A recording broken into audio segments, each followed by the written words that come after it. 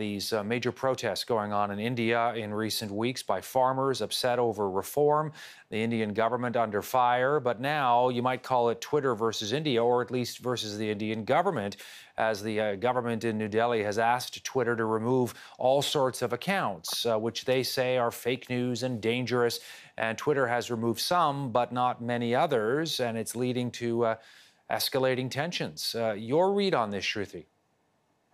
This standoff between Twitter and the Indian government is a clear indication of the Indian government taking a stance on big tech companies, as well as the concept of censorship and disseminating information online. It's very evident that the government of India really wants to try and control that voice and the freedom of speech in the country. And it's trying to, I guess, work with Twitter to figure that out. But if you're looking at the way that the Indian government is handling it, is basically they're saying you need to ban these people.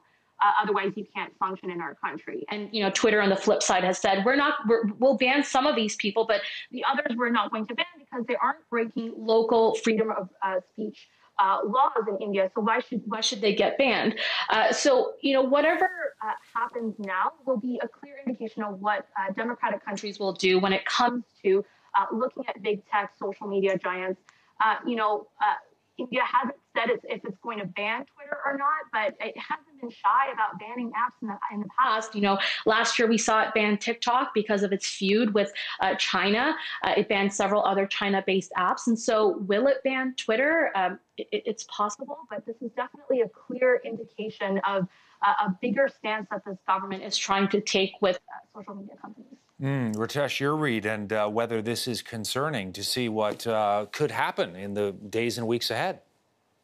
So again, to me, if I look at this from a tech angle, and this is something that I've been following very closely, it's virtual sovereignty.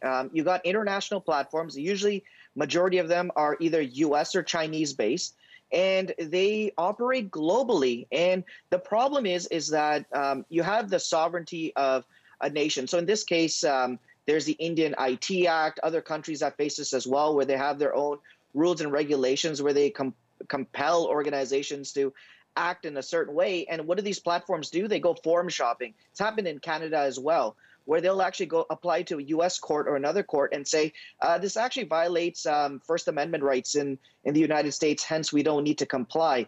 I think the bigger thing here is that right now, we've seen this in the U.S., we're seeing it in other countries, is that we need a global framework to address this, where you have countries coming together.